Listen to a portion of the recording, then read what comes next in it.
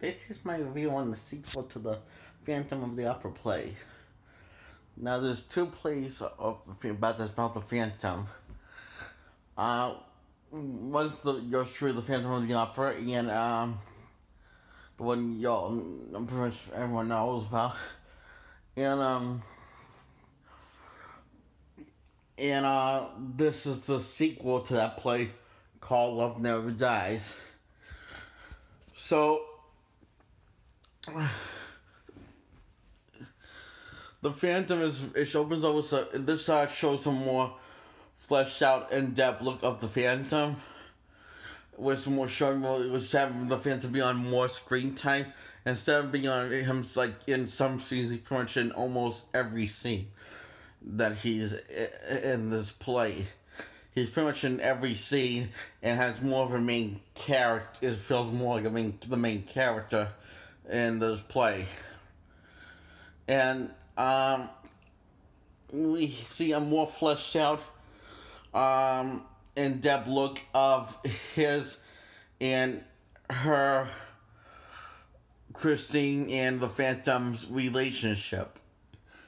And also the relationship, we also see a more in-depth look of pretty much every other character that's a reprisal character, like Ralph, with Christine,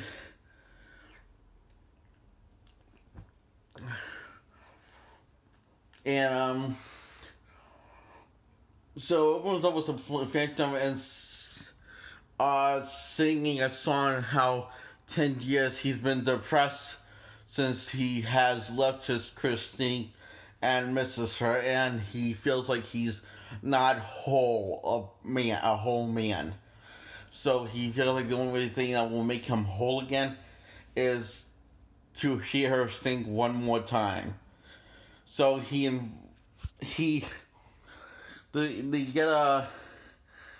so he's the president comes to the opera where the singing song about some place called Coney Island.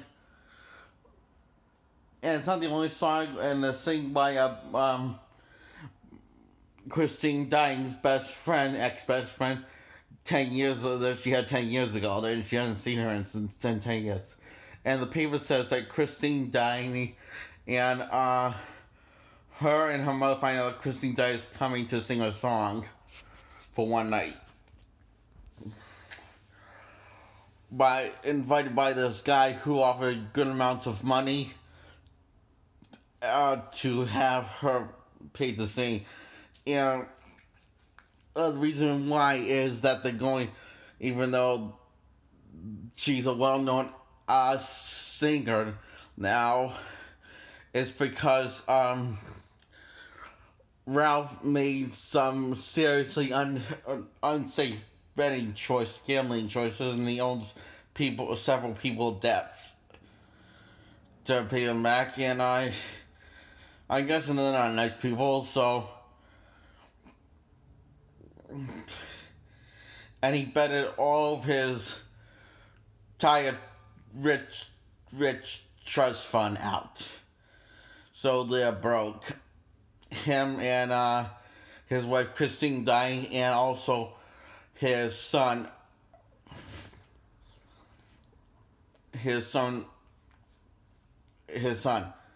I forget what his name was.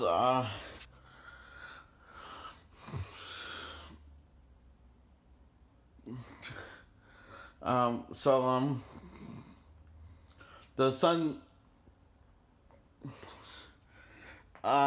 he has music in his head and he likes playing it, and he thinks it's beautiful, and it's it gives a dark and twisted vibe, similar to the Phantom's taste of music. How the Phantom is music in his head? Well, he has that in common with the Phantom.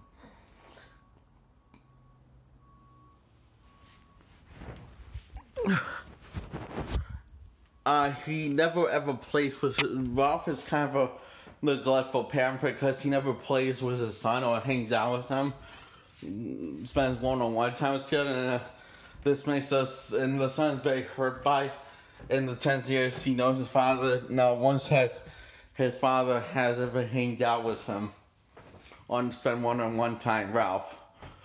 So Ralph is just as much asshole as he was in the first one. And we got more fleshed out Ralph a character. Ralph feels more like a character and less like a anyway, I forget what the word is, but he feels more like a character than he did in the last play or in any of the adaptations of the Phantom of the opera. And given how such a flawed and miserable character, he's actually surprisingly likable. Real likable, and he goes to a bar to visit this person that invited him and a serious amount of money, and he doesn't show up, and he comes back to the room, and by then the Phantom has already made his entrance to Christine, and you see Christine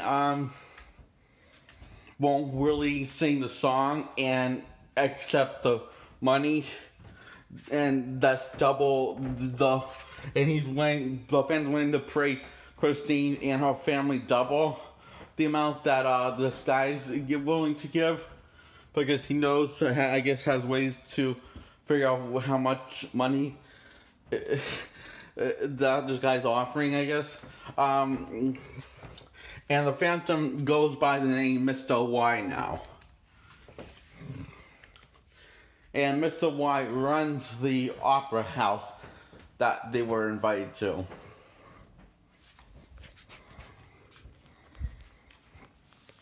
So he no longer goes by the Phantom, he goes by Mr. Y. And Christine's face when she sees him, and absolutely pissed that he faked his own death. And he explains he had no other choice because of the life he lived. And he explains that he says he only knew the pain that I have known, the life I have known. They know I have not had no choice. And they start singing a song together on how they were deeply in both in love, and kind of touches on the idea that her and the Phantom had sex one night. And it goes in very specific details. And Christine admits that she loved the Phantom. And the Phantom admits that he loves her, and feels guilty as only was skilled that he loved her. So then they start like doing another song together. So it's basically saying how they are both not the same person they were years ago. They are a hollow, empty, near shadow of themselves. I think I'm using that expression right. Near reflection of himself, I mean. A hollow, empty shell of themselves. And the Phantom basically says, the Phantom says he felt like when he was young, he could make time itself, manipulate time itself, but he feels like he's not that strong anymore. And time just keeps on going by without his Christine. And Christine says she's a mother now, and she just has to take what she has left. What she has, she has to take what she has and gives who she needs to give to her son. So, and her loyal husband, Ralph, basically, you know, they say them on their own way. And then, the kid,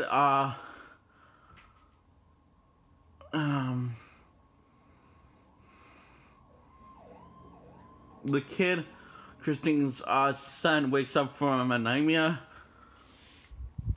and he asks, "What is this place?" And Mr. Y, who goes by the name Mr. Y, who is a phantom, he says, "We are in Phantasma, my friend. Tomorrow I'll show you."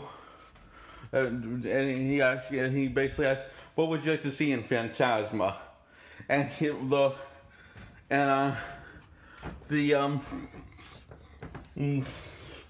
kid asked for a tour of all of his dark, twisted Phantasma's mysteries.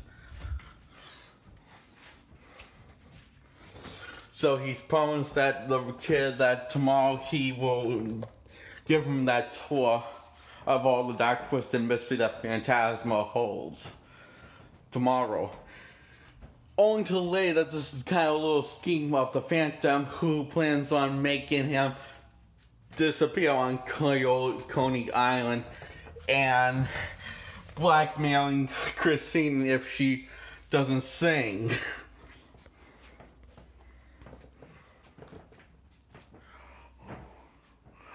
And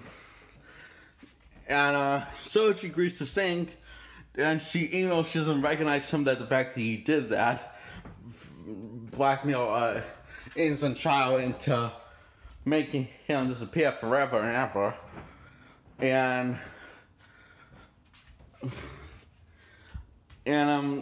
yeah, it's kind of screwed up. And so she asked what song would she like him to sing, and one of the ones he written himself. He has one of his, which is pretty much the only one he's been working on. It's hinted that this is the only song he's ever been working on for 10 years straight, since he left Christine and faked his death. So Ralph comes back to the room, and she doesn't tell Ralph. But Ralph does find out himself.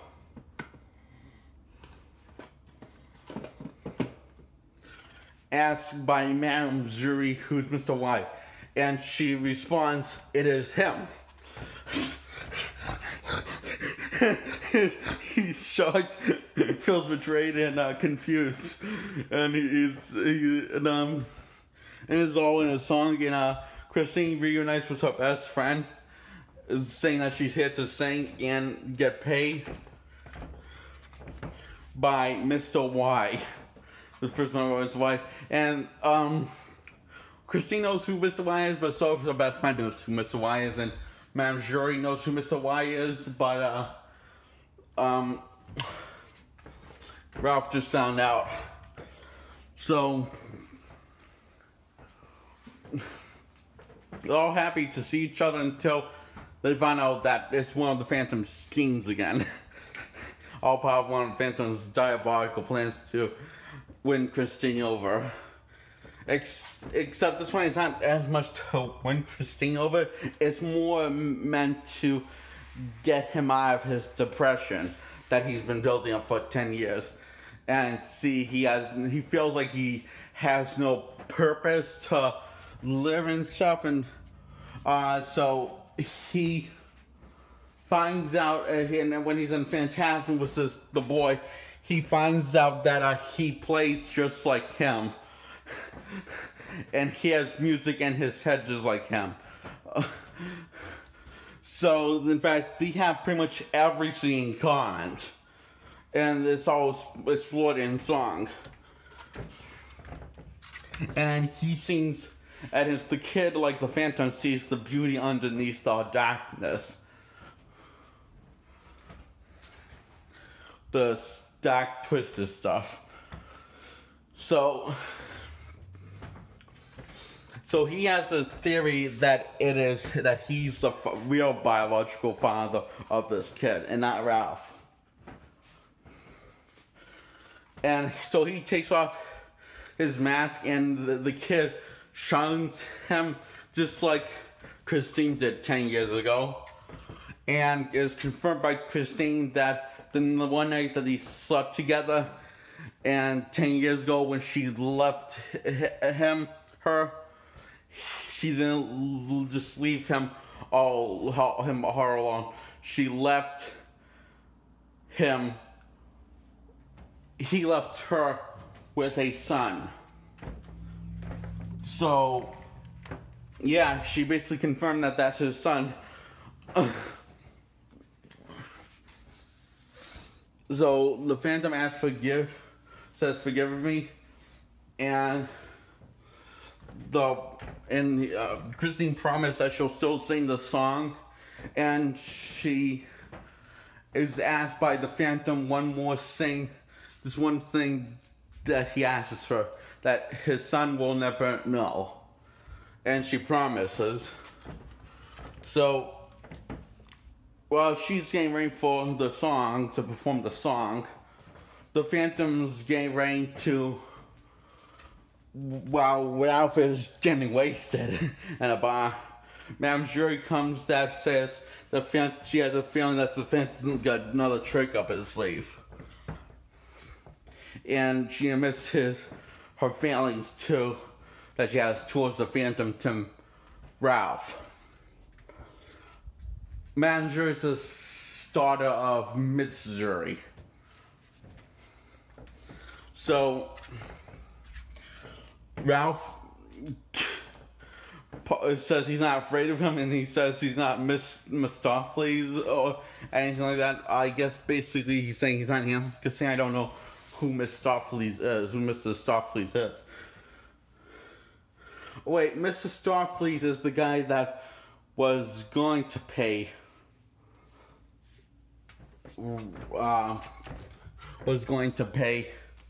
Christine to sing the song until the Phantom outpaid him and doubled the price. But we never see who Mr. Mistopheles is. So yeah, and he's basically saying he's not afraid of her, and he's not all that. And the Phantom pops up and impersonating a bartender and says, "You're not afraid of me, huh?" And calls him an ignorant boy, insolent boy, and says, "You think you're more of a soul than me?" And Ralph responds, your music might speak to her, but her heart will always come back to me. And he's willing to, he basically says, well, you're feeling so strong, but you bet on that. So it's basically winner takes all. That's winner takes all.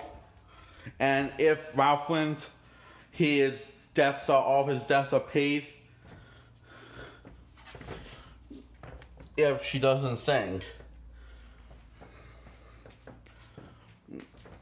And if the Phantom wins, Ralph promised to disappear. So, from the Phantom and Christine and his son's life, who's really the Phantom's son. And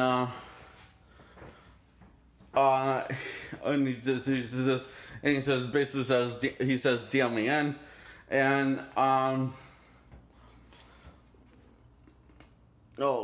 I just had a crack in the neck.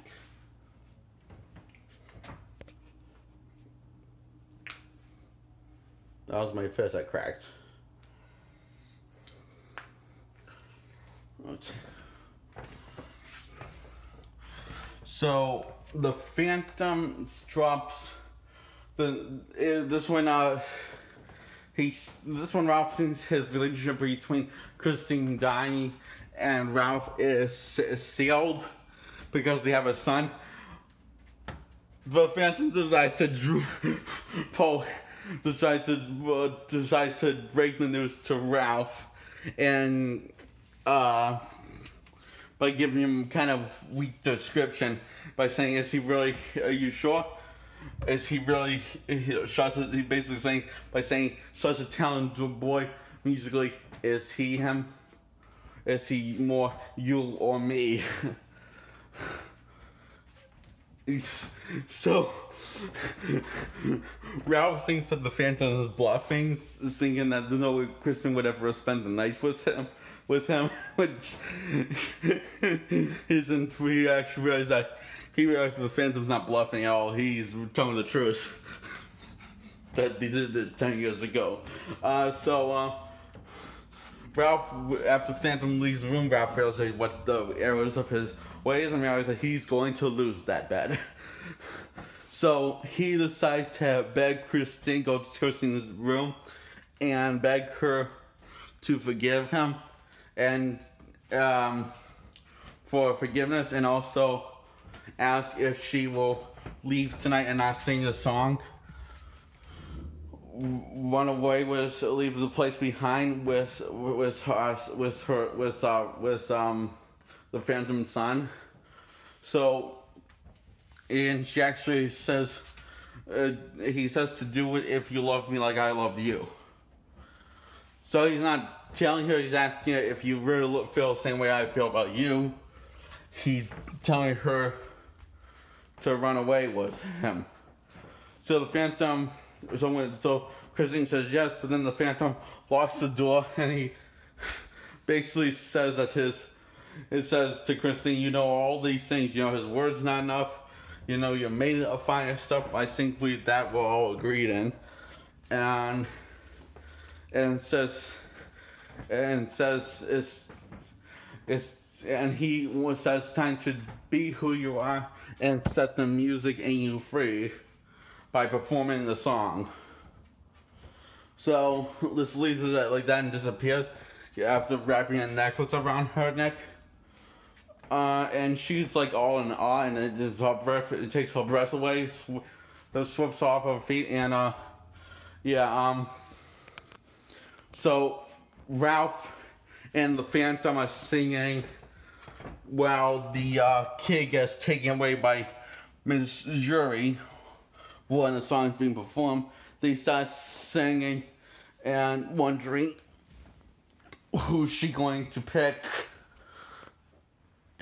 him or me. Basically, they're both saying it. Phantom is way more sure of himself than Ralph is. And so he just he just figures that Christine will do what she must and perform the song and pick him. Ralph is more on his opinion, his point of view is more like what she's thinking and what she want to do. Who is it, him or is it me? So yeah, well, I'm going there. So she sings the song. She sings the song. Sorry about the glasses, it's kind of fogging up. She sings the song, and Love Never Dies. It's about how love is beautiful and how it sucks at the same time all at once, giving all specific descriptions on how love will never die no matter what you choose, no matter what you do. Even when it's gone, the person's gone in your life, love never dies. So she chooses the Phantom, and she stares around, and she nods no to him, and turns her head to the Phantom, and just continue to sing the song. Love Never Dies, and she finishes the song, goes to a dressing room, and he says, Ralph disappears, leaving nothing but a note and a red rose behind in a dressing room. And the Phantom, after the Phantom says, bravo, basically, Christine, you've done well. He comforts her after realizing that Christine's kind of broken up about how Ralph left her, because those, and basically, and the note says, not insulting the Phantom, it's just saying, I hope the Phantom made your angel of music, makes you happy in ways I never could. The people we were 10 years ago are gone now. Basically, and it says, "I love you, and always will." So Christine is comforted by the Phantom because the Phantom, I guess, because the Phantom cares about her feelings a lot, I guess. I don't know. I mean, it's kind of a nice touch that she's comforting her, and yeah, then only to remind that his son and Christine's son, the Phantom's son and Christine's son, is missing, and they're assuming that assuming that Ralph stole the abducted the son. And then Phantom assumes that Miss Yuri abducted the son, only to be later to reveal that it was. Did I say Miss Yuri? I mean Madame Yuri. Madame Yuri abducted the son, only to reveal that Miss Yuri is the one that abducted the son, who is the daughter of Madame Yuri. So they fall the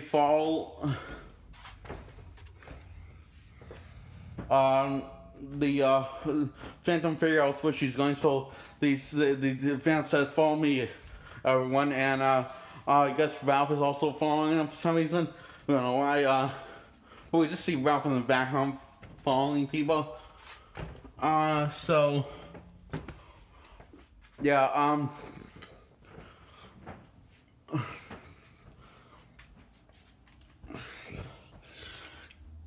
Miss Yuri gives back the boy to Christine and pulls a gun on her head. and it looks like she's going to shoot the Phantom. Instead, she's going to shoot herself. And she said she went to Coney Island to please the Phantom.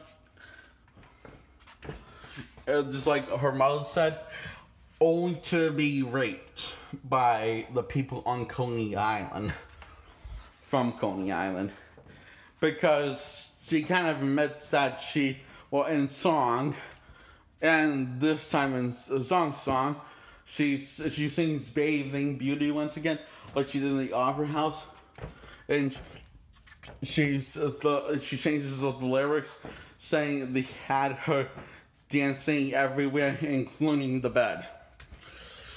So yes,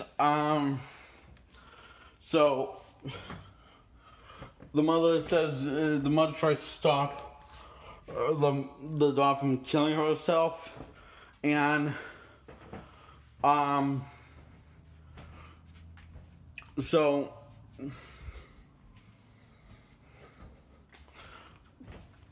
the Phantom starts the mother and tries to stop Meg, who is Miss Yuri, telling her to give me the gun.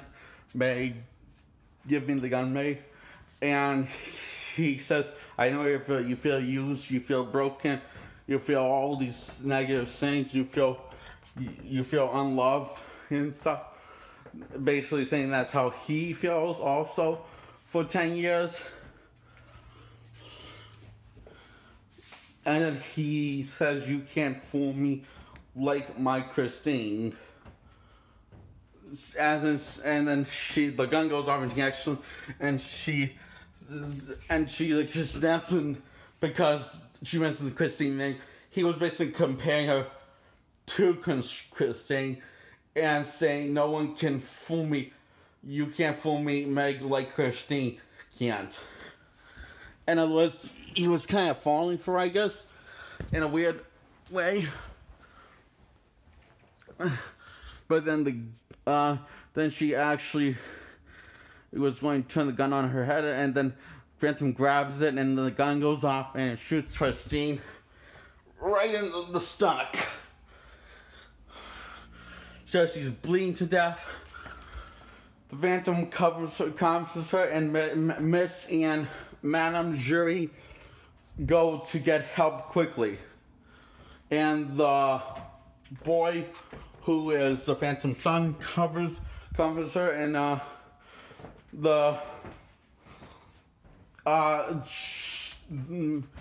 Christine starts singing the song, "Look with your heart, but not with your eyes," saying love is not always clear as day, which is the song she starts singing to her son earlier on as a lullaby in the play. So he believes the truth that the Phantom really is his father, but he's a little nice, so he runs away. He's scared, so he runs away. I mean, it looks like he accepts the truth, but also scared by the truth because he just runs away and he goes to Ralph. Ralph comes back, and only to see Christine's corpse in the Phantom's arms. And before she died, the Phantom asked, "What to do? Am I supposed to do about the boy?" And she's